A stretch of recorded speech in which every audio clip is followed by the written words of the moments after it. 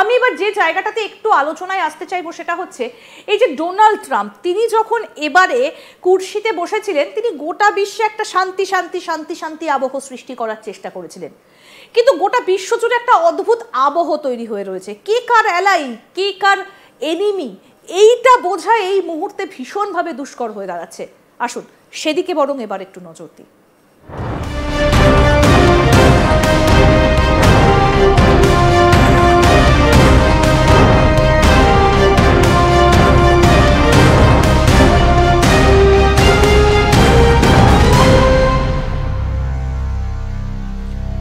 আমরা এই মুহূর্তে দাঁড়িয়ে যে আলোচনাটা করছিলাম, কিছুদিন আগেই আমরা দেখেছি যে ভারত অপারেশন সিন্দুর চালিয়েছে, মানে প্রত্যাঘাত করেছে পাকিস্তানের বিভিন্ন জঙ্গি ঘাঁটিগুলোকে ভেঙে দিয়েছে।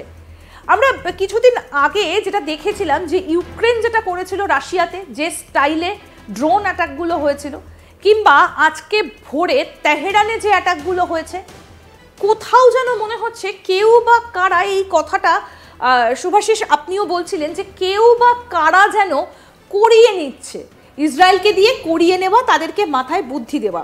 একটা অদ্ভুত সমীকরণ। দেখুন, এটা আপনি আরেকটু ভালোভাবে বুঝতে পারবেন যে ভারতের সঙ্গে ইসরায়েলের ভীষণ বন্ধুত্বপূর্ণ সম্পর্ক, ইসরায়েলের সঙ্গে ইরানের আবার একটা টাসেল চলছে, পাকিস্তানের বন্ধু হচ্ছে ইরান, আবার আমেরিকার সাথে পাকিস্তানের একটা বন্ধুত্ব, ভারতের সঙ্গে আবার আমেরিকার সম্পর্ক ভালো, ইরানের সঙ্গে কার সম্পর্ক ভালো? রাশিয়ার। আবার রাশিয়া হচ্ছে ভারতের সঙ্গে খুব ভালো, ইরানের সাথে ভারতেরও ডাইরেক্ট সম্পর্ক। মানে এই বিষয়টা কি, মানে আসলে কে কার অ্যালাই আর কে কার এনিমি? দেখো, আমরা ছোটবেলায় একটা কাগজ পড়তাম, সংবাদপত্র, যে ঈশ্বর ছাড়া কাউকে খুব একটা ভয় পেত না।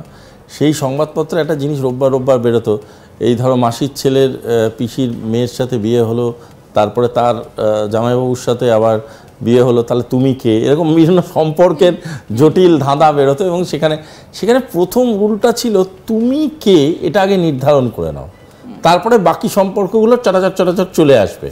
এবার এই তুমি কে নির্ধারণ করার জন্যে তোমাকে প্রথমে বুঝতে হবে যে তোমার ইমিডিয়েট অ্যালাই কারা, যাদের করা গিয়ে তুমি খটখট করতে পারো। তোমার বাড়িতে কোনো প্রবলেম এলে পাড়ায় কার বাড়িতে গিয়ে তুমি প্রথমেই সাহায্য চাইতে পারো, প্রথমেই বলতে পারো যে দি আর মাই অ্যালাই।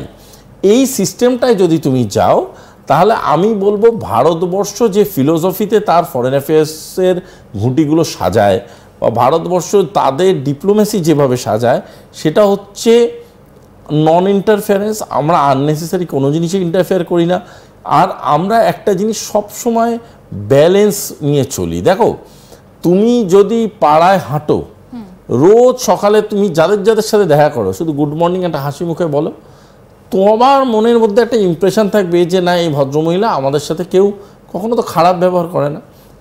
তোমার নামে বাজে কথা বলতে গেলেও 10 বার ভাববে। তোমার নামে যদি কেউ কনস্পায়ার করে, তুমি না বললেই অটোমেটিক্যালি তার অ্যালাইনমেন্ট তার এগেনস্টে চলে যাবে, যে আজকে ওই মহিলার এগেনস্টে কনস্পায়ার করছে, কালকে আমার এগেনস্টে কনস্পায়ার করতে পারে। এই যে সিস্টেমটা, এটাও কিন্তু one kind of policy making, এটাও কিন্তু ওয়ান কাইন্ড অফ ডিপ্লোমেসি, এটাও কিন্তু one kind of mindset. Policy মেকিংয়ে মাইন্ডসেটটা বোঝাটা খুব দরকার।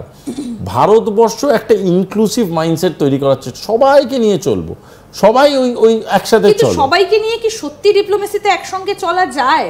সবাইকে খুশি করা তো যায় না সব সময়। দেখো, আমরা না সুন্দর সেজে গুজে বিয়ে বাড়িতে যাই, কেন যাই বলো তো? যাতে আমাদেরকে হিরোর মতো দেখতে লাগে। তাই বলে কি আমরা হিরো হয়ে যাই? হিরো হয়ে যাই না তো, হিরোর মতো দেখতে লাগে। এই মতো কথাটাকে কিন্তু খুব ছোট কথা বাংলায়, কিন্তু এটার গুরুত্বটা বুঝবে।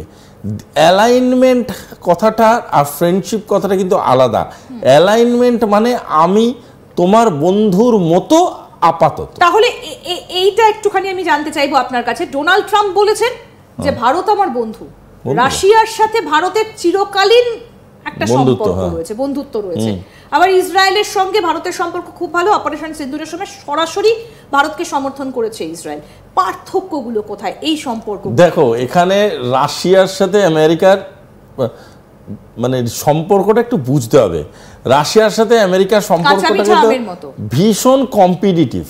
আবার বিভিন্ন জায়গায় যখন পাওয়ার থিওরেমে আসে, তখন কিন্তু দুজনে বহু ট্রিটিতে দুজনের সাথে যুক্ত, ঠিক আছে? আবার রাশিয়ার থেকে এমন বিবৃতিও ছড়ায় বা অ্যান্টি রাশিয়ান দেশগুলো এরকম বিবৃতি রাশিয়ার ব্যাপারে ছড়ায় যে রাশিয়ার নাকি এজেন্সিরা লং টার্ম পলিটিক্যাল ঘুঁটি সাজিয়ে মানে রাশিয়ার মধ্যে এমন আমেরিকার মধ্যে এরকম বহু পলিটিশিয়ান তৈরি করেছে যারা বেসিক্যালি রাশিয়ান মানে এজেন্সির প্লান্টেড, এরকমও আছে। এবং এবং এই কথা মানে 1997-8 ডকুমেন্টে পাওয়া যায়। এরকম প্রচুর জায়গায় প্ল্যান্টেশন করে রেখেছে। কেজিবি তো নেই, এফএসএস এর অস্তিত্ব আছে। রাশিয়ার ব্যাপারে এরকম কথা বলা আছে 1997-এ বলা আছে যে রাশিয়া নাকি এমন পলিটিশিয়ান তৈরি করেছে যে নাকি পরবর্তীকালের মানে আমেরিকার প্রেসিডেন্টও হতে পারে। এবার আমি জানি না মানে তার সে প্রেসিডেন্ট হয়ে গেছে না অন্য কেউ হবে না, বা সে হতেই পারেনি, অনেক ফেলিয়ার হয় তো সেটা পরের কথা। কিন্তু বোঝার দরকার আছে রাশিয়া আমেরিকার রিলেশনশিপে একটা তুল্যমূল্য ব্যাপার সবসময়ই চলেছে, কিন্তু দুজনে কোনোদিন ডাইরেক্টলি দুটো লোক ঝামেলার মধ্যে আসেনি। কেন আসে না? কারণ তাতে ক্ষয়ক্ষতি অনেক। সেই জন্যে কী করে, এও ঘুঁটি সাজিয়ে খেলে, এও ঘুঁটি সাজিয়ে খেলে। বাট একটা কথা জেনে রাখো, এদের দুজনের মধ্যেই, দুজনকে যদি তুমি ইন্ডিভিজুয়ালি রিড করো, দুজনের মধ্যে, রাশিয়া তো ভুলেই যাও, রাশিয়া তো always had been India's ally, but তুমি কিন্তু আমেরিকার মুখে কোনোদিন বলবে না আমেরিকা যে India is not our ally but we are against India, এই ধরনের কথাবার্তা কোনোদিন বলবে না। কেন বলবে না? কারণ হচ্ছে ইন্টারন্যাশনাল রিলেশনসে ইউটিলিটি ফ্যাক্টরটা একটা বড় ফ্যাক্টর, যে আমি কতটা কার কাছে প্রয়োজনীয়, মানুষ কতটা আমাকে ব্যবহার করে তার হিতে কাজ করাতে পারবে। কারণ যখন আমি ইউটিলিটি ফ্যাক্টরটা আমার হারাবো, তখন কিন্তু উল্টো দিকের মানুষটা আমার উপর থেকে ইন্টারেস্টটা হারাবে। এই ইন্টারেস্টটা ভারতবর্ষের প্রতি এদের হারায় না। তার জন্য চায়নার সাথে আমাদের বর্ডার লাইন কনফ্লিক্ট থাকলেও চায়না কিন্তু বারংবার আমাদের সাথে স্টেজ শেয়ার করে, চায়না কিন্তু বারংবার আমাদের সাথে একই অর্গানাইজেশনে আজকের ডেটে বসে আছে। এবং আমি তোমাকে সব প্রশ্নের উত্তরে আবারও সেই কথাটা রিপিট করছি, বারংবার ইকো করছি, সব প্রশ্নের উত্তর আমার কোথাও গিয়ে মনে হচ্ছে জুলাই মাসের রিওতে লুকিয়ে আছে। এই জুলাই মাসের রিও, ব্রাজিলে ফুটবল যেমন আমরা ফ্যান হয়ে গেছিলাম, আমি জুলাই মাসে রিওতে এমন কিছু ঘটনা ঘটতে পারে যেটা ব্রাজিলের আবার করে ব্রাজিলের দিকে সবার চোখ ঘুরিয়ে দিতে পারে। আচ্ছা, মানে ব্রিক্সের অনেক কিছু নির্ভর করছে। কিন্তু এই যে পাকিস্তানের ভেতরে তো আমেরিকা একেবারে ঘাঁটি কেড়ে বসে গেছে, সেটা এই মুহূর্তে আর বলার অপেক্ষা রাখে না। এটা ঠিক করছেটা কি? মানে আমেরিকা কি এবার প্রত্যেকটা দেশকে পরমাণু উস্কানি দিচ্ছে?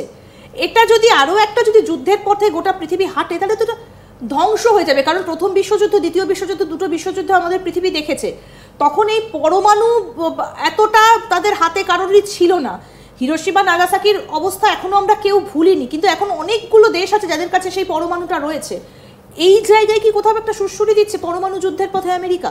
শান্তি শান্তি শান্তি, যুদ্ধ নয় যুদ্ধ নয় সামনে বলে আমেরিকা কনফ্লিক্টে হাওয়া দেওয়া একটা স্বভাব আছে। তার কারণটা হচ্ছে কনফ্লিক্ট যত বাড়বে তাদের আর্মস বাড়বে, সেটা আর্মসটাকে তারা অফিসিয়ালি বিক্রি না করুক, টেবিল